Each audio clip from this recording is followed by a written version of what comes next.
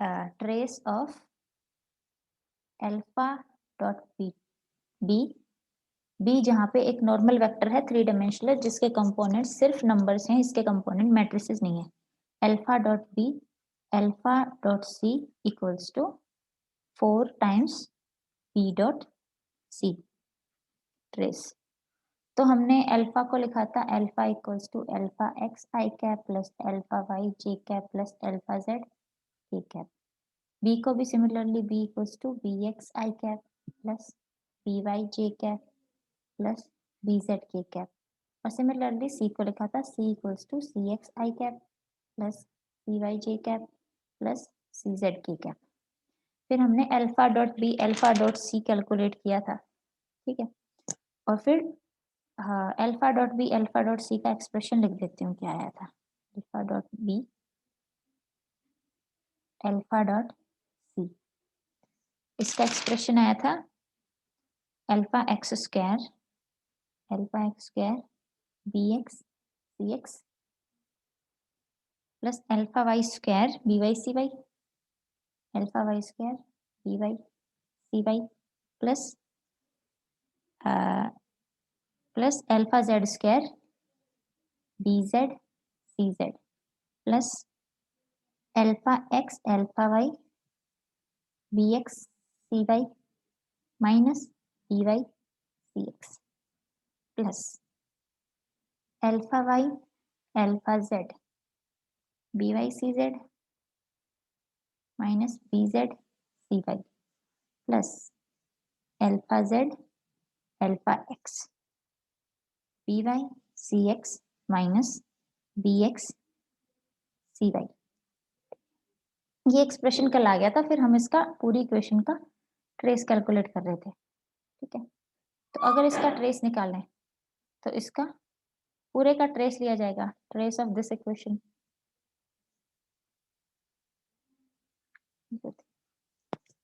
Trace of this equation, ठीक है।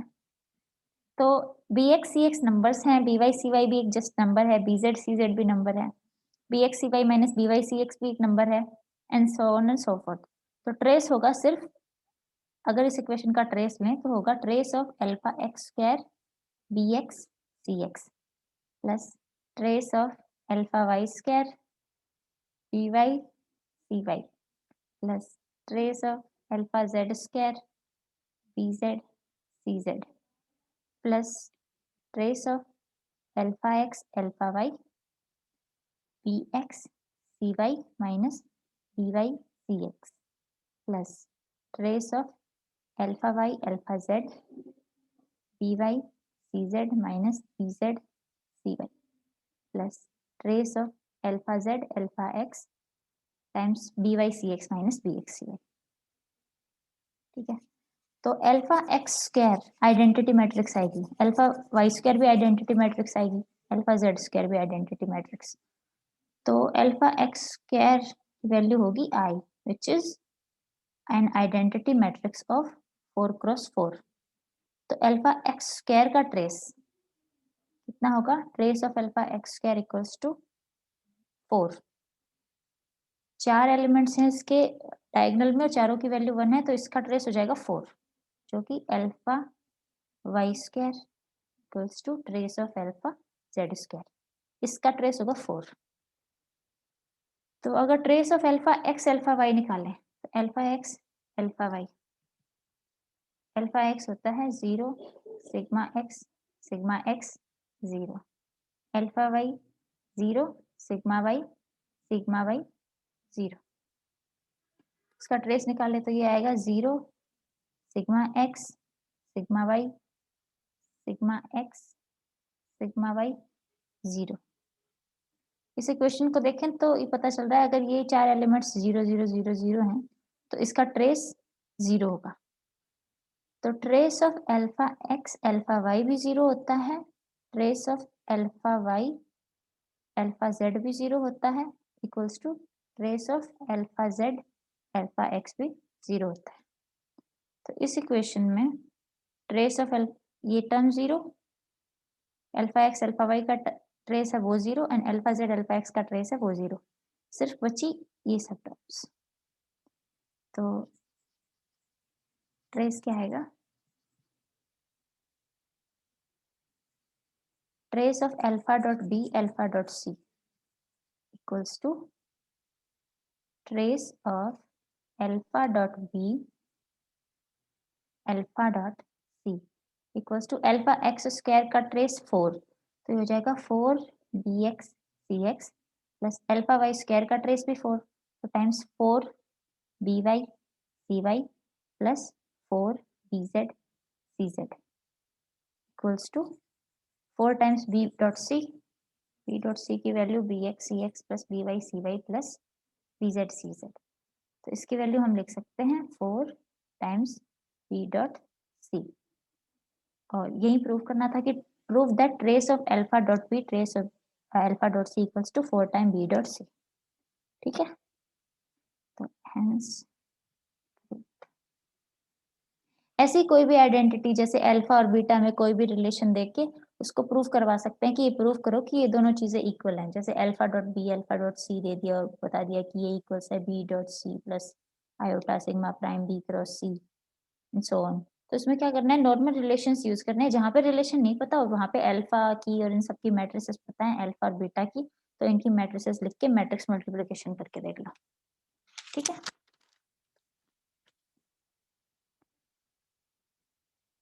नया टॉपिक शुरू करते हैं, magnetic moment. Magnetic moment from Dirac equation, Dirac equation. ठीक है, इन नॉन रिलेटिविस्टिक लिमिट,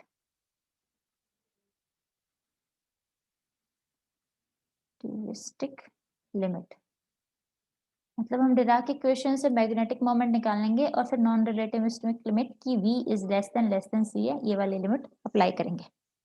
ठीक है, तो डिराक इक्वेशन क्या होती है, डिराक इक्वेशन है E psi equals to C alpha dot P plus beta M C square psi. ठीक है, अब एक फिजिक्स में होते हैं गेज ट्रांसफॉर्मेशन, गेज ट्रांसफॉर्मेशन पता है गेज ट्रांसफॉर्मेशन कैसे यूज किए जाते हैं, कि अगर पी म्यू को मोमेंटम के लिए गेज ट्रांसफॉर्म है P mu minus E A upon सी, ये ट्रांसफॉर्मेशन लगा दिया जाए तो इलेक्ट्रिक फील्ड और मैग्नेटिक फील्ड के एक्सप्रेशंस पे कोई फर्क नहीं पड़ेगा। ठीक है, और हम यहाँ पे मैग्नेटिक मोमेंट कैलकुलेट कर रहे हैं, तो मैग्नेटिक मोमेंट के एक्सप्रेशन पे भी अगर बी के एक्सप्रेशन पे फर्क नहीं पड़ रहा है तो मैग्नेटिक मोमेंट के एक्सप्रेशन पे भी फर्क नहीं पड़ेगा। ठीक है, ये एक 4 वेक्टर रिलेशन है, अगर इसको एनर्जी और मोमेंटम की फॉर्म में लिखा जाए, गेज ट्रांसफॉर्मेशन अप्लाई कर रहे हैं तो यहाँ पे मोमेंटम की टर्म है डिराक इक्वेशन में और यहाँ पे एनर्जी की टर्म है, तो मोमेंटम में गेज ट्रांसफॉर्मेशन लगता है, मोमेंटम में लगता है p prime tends to p minus E A upon C, और एनर्जी में कैसे लगेगा, एनर्जी में इन दोनों के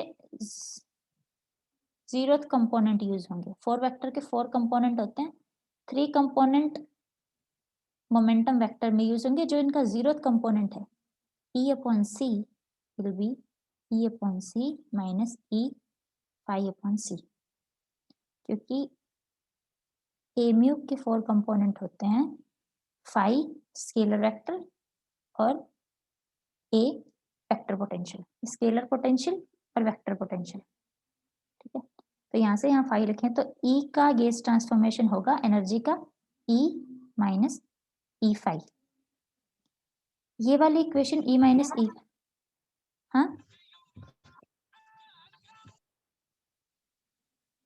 E माइनस ई फाई, और अगर मोमेंटम को P माइनस ई अपॉन सी से यूज करें तो मैग्नेटिक फील्ड और इलेक्ट्रिक फील्ड के एक्सप्रेशन में कोई फर्क नहीं आएगा और इक्वेशन का फिजिकल सिग्निफिकेंस भी गेज ट्रांसफॉर्मेशन से चेंज नहीं होगा, तो मैग्नेटिक मोमेंट का सही एक्सप्रेशन मिल जाएगा।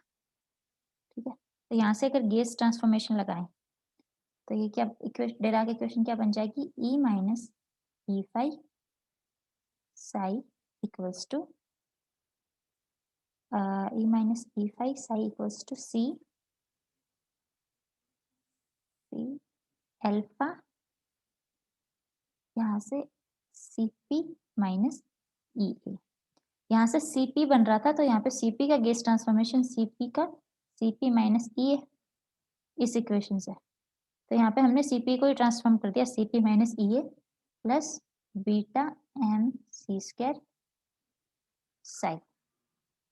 अगर दोनों टर्म्स को इस तरफ लेके आए तो ये इक्वेशन बनेगी ई। मैम ये कैसे है Cp माइनस ई? अरे नहीं, मोमेंटम का गेस ट्रांसफॉर्मेशन क्या बन रहा है, P ट्रांसफॉर्म हो रहा है P माइनस ई ए से, ई अपॉन सी से। ठीक है, तो Cp किससे ट्रांसफॉर्मेशन होगा, Cp माइनस ई ए। यहाँ पे C का मल्टीप्लिकेशन हो जाएगा, यहाँ पे C का C से C कैंसिल आउट हो जाएगा क्योंकि C एक कांस्टेंट है। इसको ये कर लो, अल्फा सिर्फ मोमेंटम का लगा दो, C P का P minus E A upon C. तो यहाँ पे Cp आ जाएगा, यहाँ से C cancel, again Cp minus E A ही आ जाएगा। ऐसे कर लो, plus beta M C square psi. अगर इसको इस तरफ लेके आए तो ये आ जाएगा E minus E five minus alpha Cp minus E A minus beta M C square psi equals to 0। ये गेज इनवेरियंस डिराक इक्वेशन है। अगर इस इक्वेशन को मल्टीप्लाई करते हैं हम, this equation multiply by E minus E five plus alpha Cp minus E A plus beta M C square. इस equation को लेफ्ट हैंड साइड से यहाँ से E minus E five plus iota Cp minus E A plus beta M C square से multiply करते हैं तो क्या बनेगी,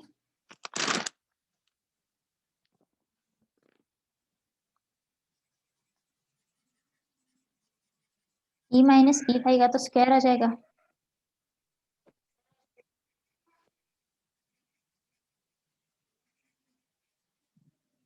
इक्वेशन क्या बनेगी, E minus E five, E minus E five times E minus E five, ये दोनों आपस में मल्टीप्लाई होंगी, minus E minus E five alpha Cp minus E A.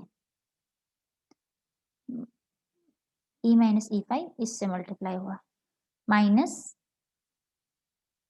E minus E five beta M C square, beta M C square plus यहाँ से alpha alpha Cp minus ये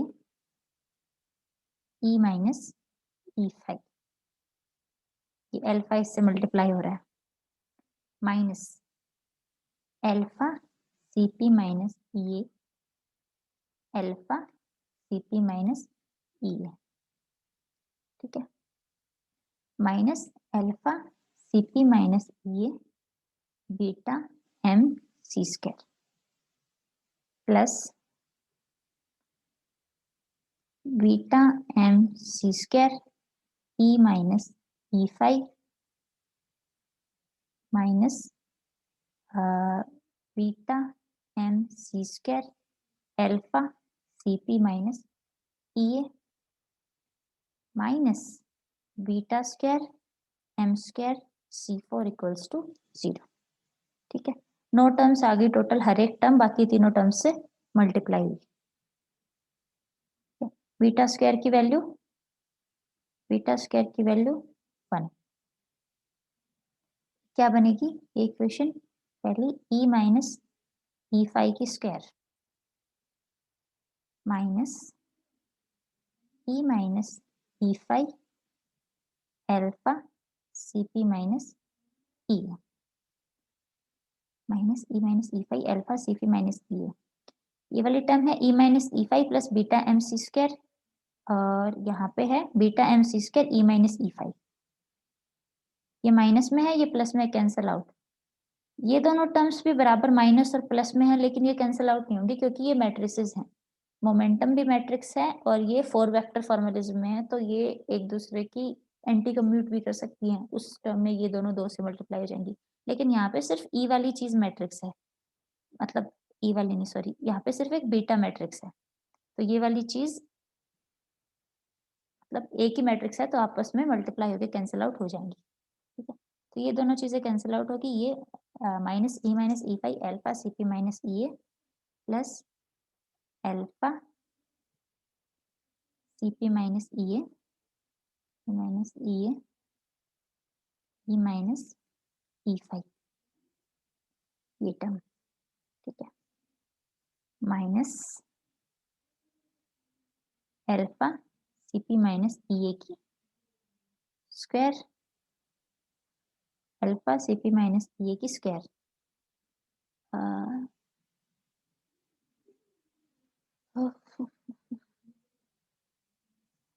plus M square C four minus M square C four sine beta. ये वाली चीज alpha C P minus E A का multiplication हुआ था तो minus beta M C square, और इसका मल्टीप्लिकेशन हुआ था तो बीटा एम सी स्क्वायर। ये दोनों टर्म्स कहाँ गई?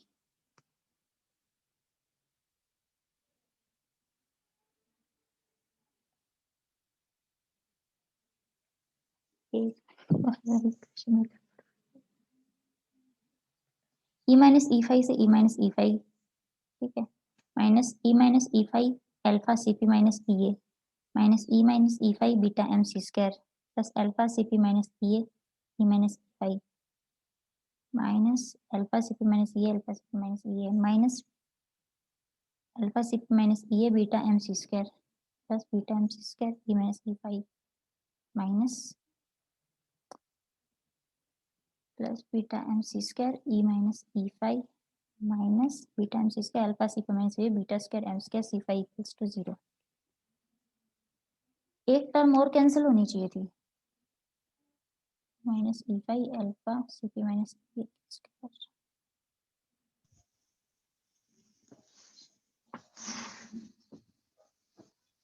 कौन सी?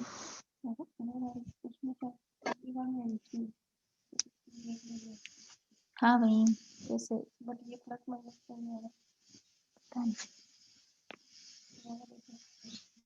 देखना एक बार इस इक्वेशन को, ये वाली टर्म्स भी कैंसिल होनी चाहिए थी, माइनस आना चाहिए था।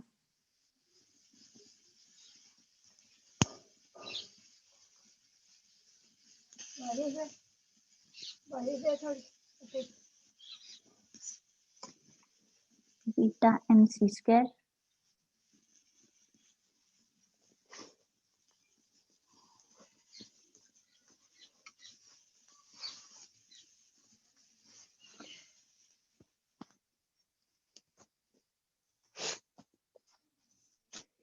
हुआ कुछ?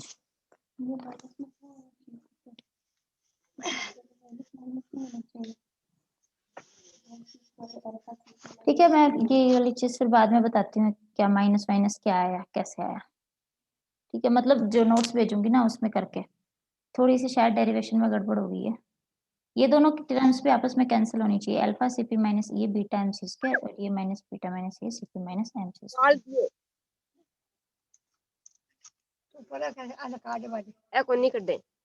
ठीक है, तो छोड़ो, इक्वेशन ये आएगी M square C four psi plus M square C four Sai.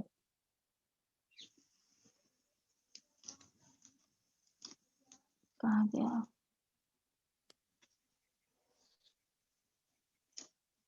ठीक है, मैं नोट्स में सही से कर दूंगी, हो गई होगी थोड़ी सी गड़बड़ शायद डेरिवेशन में। ठीक है, तो अब यहाँ से हम एक एक टर्म की अलग से वैल्यू कैलकुलेट करेंगे, ई माइनस ई फाइव स्क्वायर की माइनस ठीक है, काल चालशा बाने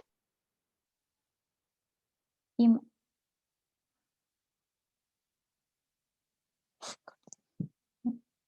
तो इक्वेशन थी E minus E five square minus E minus E five alpha CP minus EA plus alpha CP minus EA E minus E five minus alpha CP minus EA की square minus m square C4 psi equals to 0। ये equation थी। अब यहाँ पे let's say B को लिखते हैं हम CP minus EA and C को लिखते हैं CP minus EA। B and C दोनों ही CP माइनस CA हैं।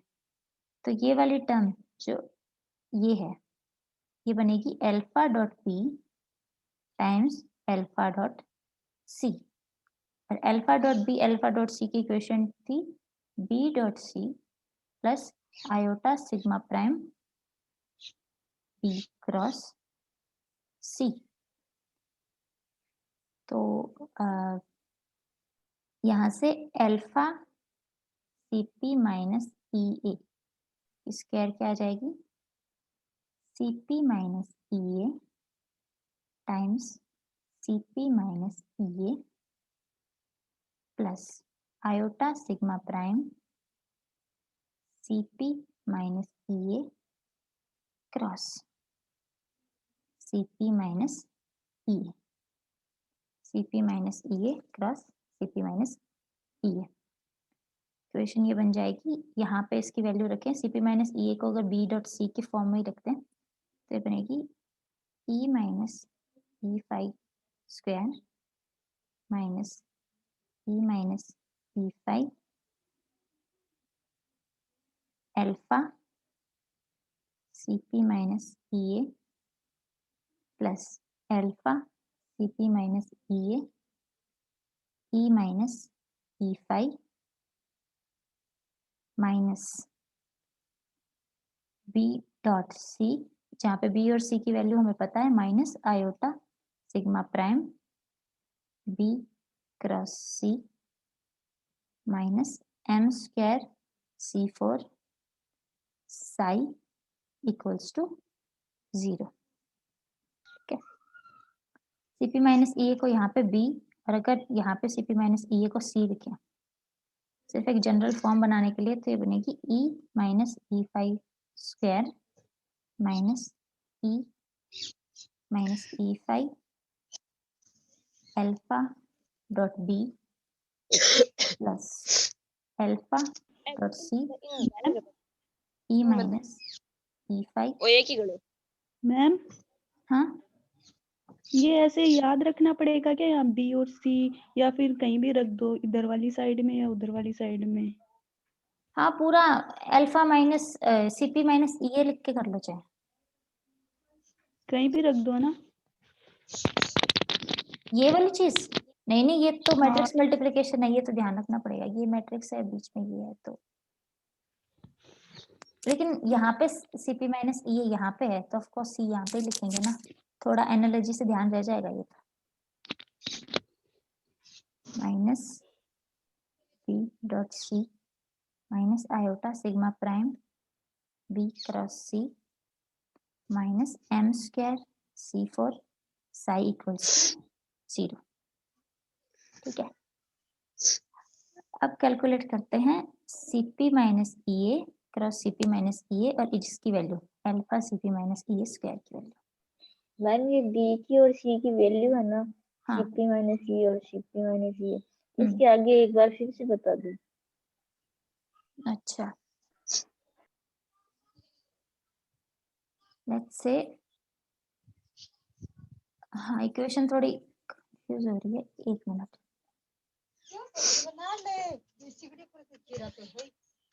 ठीक है। तो alpha dot CP minus EA की स्क्वायर को हो जाएगा CP minus EA dot CP minus EA plus iota sigma prime CP minus EA cross CP minus EA। ठीक है। Let's say CP minus EA एक काम करते हैं इसको कैलकुलेट करके ही लिख देते हैं Cp, ये इक्वेशन है, ठीक है यहाँ तक। और यहाँ पे अल्फा, ये वाली टर्म की वैल्यू कैलकुलेट करने के लिए हमने पहले जो रिलेशन सेटिस्फाई किया था हम उसकी वैल्यू रख रहे हैं, alpha Cp minus C A की स्क्वायर। तो इसकी वैल्यू ये आई, Cp minus C A plus iota sigma prime Cp minus E A cross Cp minus E A. अगर Cp minus E A cross Cp minus E A calculate करें, Cp minus E A cross Cp minus E A, तो ये value क्या होगी, C square P cross P, इसका और इसका cross multiplication minus सी square P cross P, ठीक है, minus E P cross A minus E A cross P plus E square A cross ए। किसी भी वेक्टर का खुद के साथ वेक्टर मल्टीप्लिकेशन 0 होता है तो p क्रॉस p की वैल्यू 0, a क्रॉस a की value 0। Cp minus E A cross Cp minus E A की वैल्यू क्या आई, minus E p cross a plus a cross p। अभी भी अपने पास Cp माइनस ई ए की value आई है, minus E p cross a cross p। अब p cross a cross p की वैल्यू कैलकुलेट करेंगे, फिर उसको Cp माइनस ई ए की वैल्यू में रखेंगे, ठीक है, फिर यहाँ से Cp minus E A square की वैल्यू आएगी, ठीक है। तो एक तो मिटाना पड़ेगा, p cross a cross p की वैल्यू कैलकुलेट करेंगे।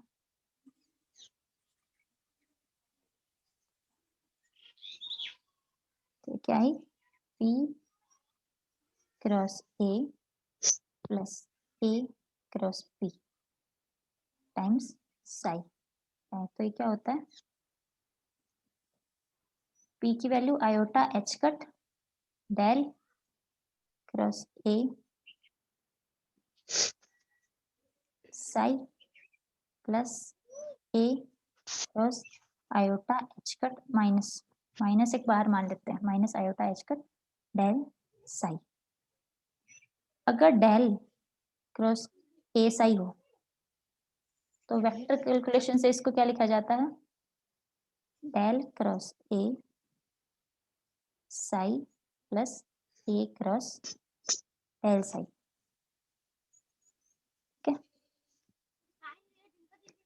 ये वो भैया भी वो फोन नहीं करे मित्र लागो अरे यार, जब मोरा काल अपन भैया का सगा उड़ जाए स्कूटी। अरे विनीता चुप रहे। Plus del psi cross A. Vector calculation से अगर डेल क्रॉस ए साई हो तो del cross A psi plus del psi cross A लिख सकते हैं, ठीक है। यहाँ पे लिखें पी क्रॉस ए और इसकी वैल्यू कैलकुलेट करने के लिए, तो इसकी वैल्यू आएगी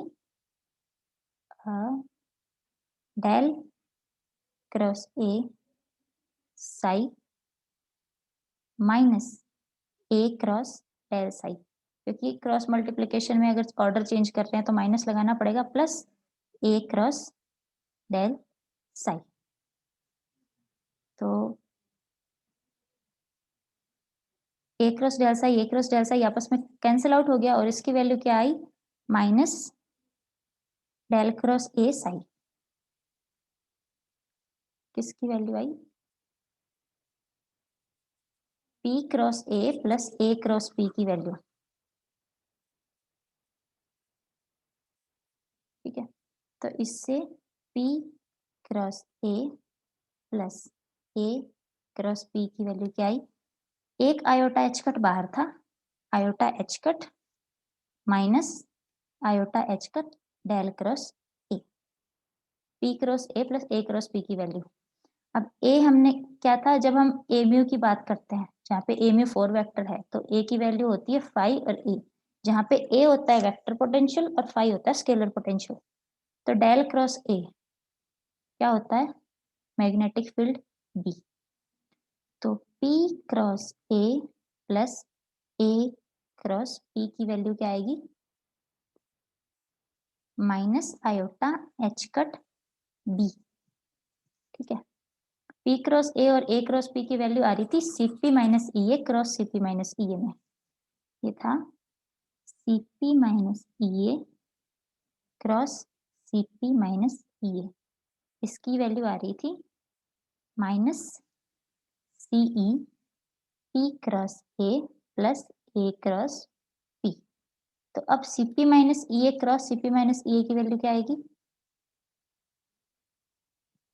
इसकी वैल्यू आएगी minus CE minus iota H cut B। तो ये आ जाएगी iota H cut CEB magnetic field. Cp minus Ea cross Cp minus Ea की वैल्यू किसमें चाहिए थी? Alpha dot Cp minus Ea times alpha dot Cp minus Ea। यहाँ से alpha dot Cp minus Ea का square, alpha dot Cp minus Ea का जो square था वो क्या था? Cp माइनस Ea का square plus iota sigma prime Cp minus Ea cross Cp minus Ea, ये था। अब यहाँ पे Cp माइनस Ea की वैल्यू ये रिप्लेस कर दें तो अल्फा Cp माइनस Ea की स्क्वायर की वैल्यू क्या आ गई? Cp माइनस Ea की square plus iota sigma prime iota H cut CEP।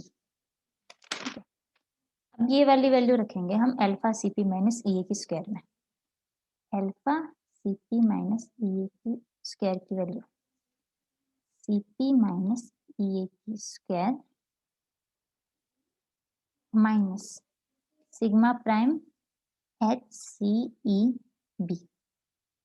ठीक है, एक टर्म की वैल्यू आ गई। ये वाली जो इक्वेशन है इसमें इस टर्म की वैल्यू आ गई है अपने पास। सिमिलरली बाकी सारी चीजों की वैल्यू कैलकुलेट करेंगे, किसकी? माइनस E5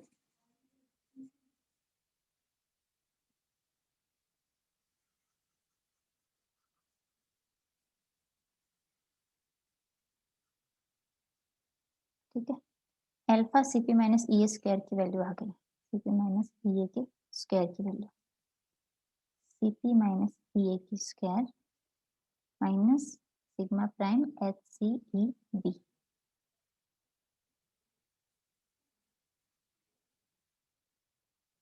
इसको रिप्लेस करेंगे और अब अपन कैलकुलेट करें माइनस E5 अल्फा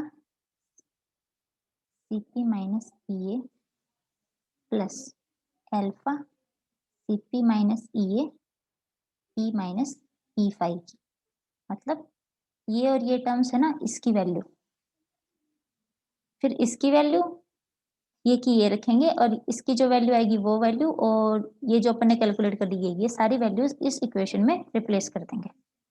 तो इसकी वैल्यू क्या आएगी? अल्फा, फिर बाहर ले लें, क्या जाएगा? Minus E5 Cp minus Ea plus Cp minus Ea E minus E5। ठीक है, क्या बनेगी? Alpha minus CEP plus EEA plus E5Cp minus E square 5A plus CPE minus EAE minus CPE5 plus E square A5, इस term की value. यहाँ पे E और P, E तो है हैमिल्टोनियन ऑपरेटर और P है मोमेंटम ऑपरेटर। तो एक चीज जो हमें पता है वो है कि हैमिल्टोनियन ऑपरेटर और मोमेंटम ऑपरेटर हमेशा आपस में कम्यूट करते हैं, तो PE की वैल्यू होगी EP की वैल्यू के बराबर। तो CEP और EP आपस में कैंसिल आउट हो जाएंगे। ठीक है, बच्ची क्या बचा? Alpha EA minus AE E A minus A E plus E C 5p minus E 5p minus E 5 E square 5a ये हुआ तो ये दोनों टर्म्स आपस में कैंसिल हो जाएंगे क्योंकि यहाँ पे मैट्रिक्स कंपोनेंट्स हैं नहीं।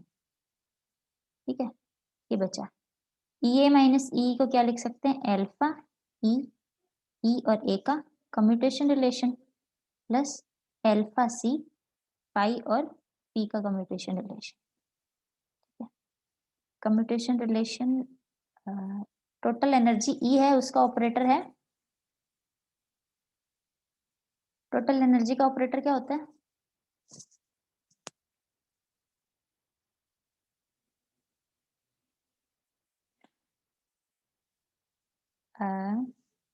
ई ए अगर कैलकुलेट करें तो energy iota H cut del A upon del T.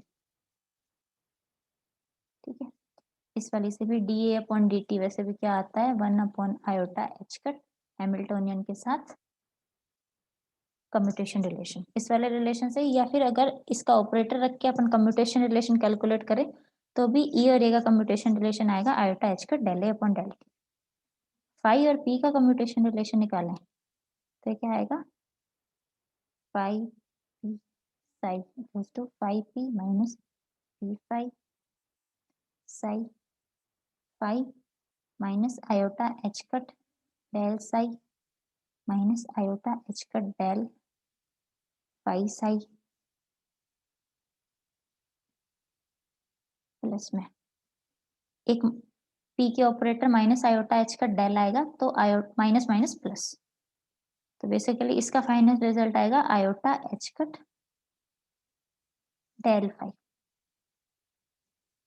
ठीक है, मतलब ई और ए का कम्यूटेशन रिलेशन आया iota H cut del A upon del T और फाई और पी का कम्यूटेशन रिलेशन आया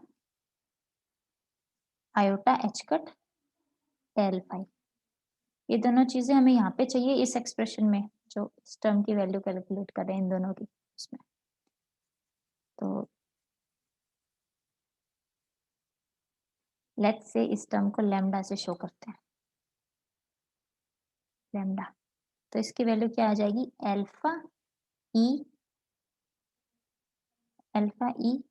iota H cut del A upon del T plus E C iota H cut del phi. इसकी value क्या आ गई, alpha E iota H cut del A upon del T plus del phi, मतलब C E alpha iota H cut, यहाँ पे सी था ना, अगर सी कॉमन ले लिया तो del phi plus 1 upon C del A upon del T, ये वैल्यू आ गई। अब 1 upon C del E equals to minus del phi minus 1 upon C del A upon del T होता है ना, जहाँ पे ई है इलेक्ट्रिक फील्ड नॉट एनर्जी। अब तक हम ई को एनर्जी से रिप्रेजेंट कर रहे थे, यहाँ पे ई इलेक्ट्रिक फील्ड है तो इसको एनर्जी से डिफरेंशिएट करने के लिए ई प्राइम लिख देते हैं। ठीक है, where E prime is not energy, E prime is electric field. ठीक है, ये एक्सप्रेशन होता है इलेक्ट्रिक फील्ड का। इलेक्ट्रिक फील्ड जब स्केलर और वेक्टर पोटेंशियल के टर्म्स में इस तरीके से लिखा जा सकता है। ठीक है, तो हम इसको लिख सकते हैं, इसको लैम्डा की वैल्यू क्या आएगी, एल्फा सी ई आयोटा एच कट और यहाँ से इसकी वैल्यू माइनस ई, इस पूरी टर्म की वैल्यू। ठीक है, ये माइनस इंक्लूडेड है इसमें, इसकी वैल्यू हमने पहले निकाल ली थी Cp माइनस EA के स्क्वायर की। ठीक है, इसकी वैल्यू हमने अब निकाल ली है। तो इस इक्वेशन में ये सारे मान जो अभी तक निकाले हैं वो पुट अप करते हैं।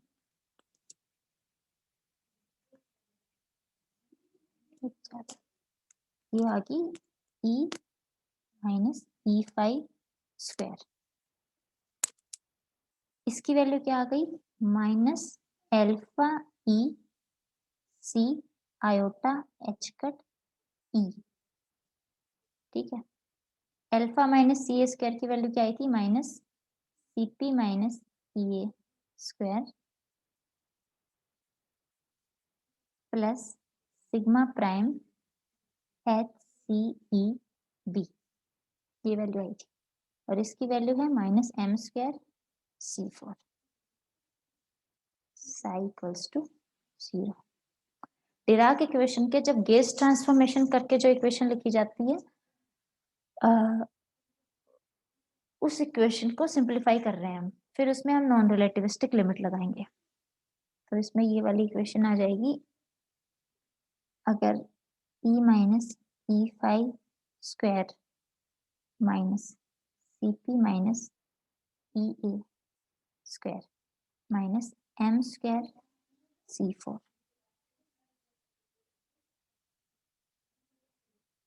प्लस EH कट था यहाँ पे, EH cut CEB sigma prime minus iota H cut E alpha dot E psi equals to 0।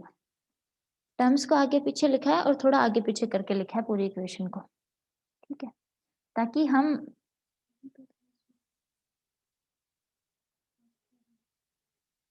तो ये लिखते हैं ना, आयोटा H कर C alpha dot E C ये ब्रैकेट में C अल्फा डॉट E। ठीक है, इस इक्वेशन में ये जो इक्वेशन है 3 terms E minus E5 square minus CP minus EA square minus M square C4 psi equals to 0। ये वाली जो इक्वेशन है ये एक वेल नोन इक्वेशन है, और ये इक्वेशन है relativistic wave equation in electromagnetic field. Relativistic wave equation in electromagnetic field. ठीक है, ये वाली इक्वेशन अगर relativistic wave equation relativistic wave equation है और हमारे पास 2 एक्स्ट्रा टर्म आ रही हैं, तो ये दोनों टर्म्स जो होती हैं वो नॉन रिलेटिविस्टिक लिमिट की वजह से आनी चाहिए, क्योंकि रिलेटिविस्टिक वेव इक्वेशन जब आइंस्टीन्स थ्योरी से निकालते हैं तो ये एक वेल नोन इक्वेशन ये निकलती है इलेक्ट्रोमैग्नेटिक फील्ड में। इसका मतलब है कि ये दोनों इक्वेशन नॉन रिलेटिविस्टिक करेक्शंस के कॉरस्पॉन्डिंग होनी चाहिए। ठीक है, तो आज यहीं तक करते हैं। कल की क्लास में हम इन दोनों टर्म्स से म्यू डॉट बी करके मैग्नेटिक मोमेंट कैलकुलेट करेंगे। इससे हमने डिराक इक्वेशन यूज करी, फिर इस डिराक इक्वेशन में गेज ट्रांसफॉर्मेशन करी, क्योंकि इलेक्ट्रिक और मैग्नेटिक फील्ड गेज ट्रांसफॉर्मेशन से चेंज नहीं होते। फिर जो भी वैल्यूज कैलकुलेट करके नॉन रिलेटिविस्टिक लिमिट में इन दोनों टर्म्स की वैल्यू नॉन रिलेटिविस्टिक वैल्यूज के कॉरस्पॉन्डिंग आनी चाहिए। तो ये किस किस चीज के फिजिकल सिग्निफिकेंस को शो करती है ये हम कल देखेंगे।